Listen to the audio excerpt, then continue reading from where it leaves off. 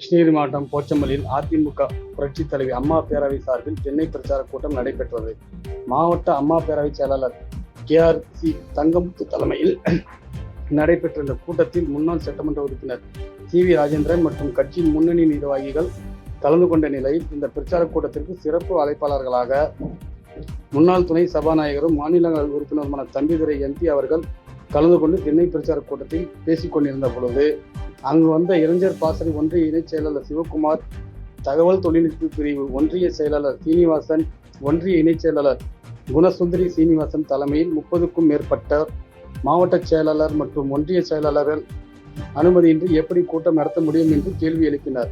அப்பொழுது இரு தரப்புக்கும் இடையே கடும் வாக்குவாதம் ஏற்பட்ட நிலையில் தம்பிதுரை MP அவர்கள் அங்கிருந்தவர்களை சமாதானம் செய்ய முயற்சித்தார். சமாதானம் செய்யும் முயற்சியானது தோல்வியில் முடிந்த நிலையில் தம்பிதுரை MP அவர்கள் அங்கிருந்தவர்களை அழைத்துச் சென்று நோட்டீஸ் விநியோகம் செய்த நிலையில் மாவட்ட செயலாளர் மற்றும் ஒன்றிய செயலாளர் அனுமதியின்றி கூட்டம் நடத்துவது தவறான செயல் என அக்கட்சியினரே வாக்குவாதத்தில் ஈடுபட்ட சம்பவம் போச்சம்பள்ளி பகுதியில் பெரும் பரபரப்பை ஏற்படுத்தியுள்ளது. மேலும் அதிமுகவில் பல்வேறு சலசலப்புகள் நீடித்து வரும் நிலையில் கிருஷ்ணகிரி மாவட்டத்தில் தற்பொழுது இரு முகங்கள் கூட்டு வெளிப்பட சம்பவம் மேலும் பரபரப்பை ஏற்படுத்தியுள்ளது.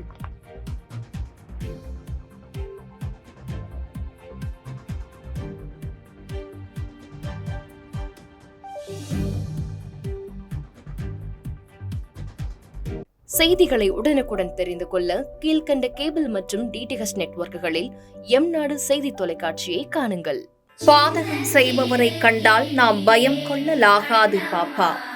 மோதி மிதித்து விடு பாப்பா, அவர் முகத்தில் உமிழ்ந்து விடு பாப்பா.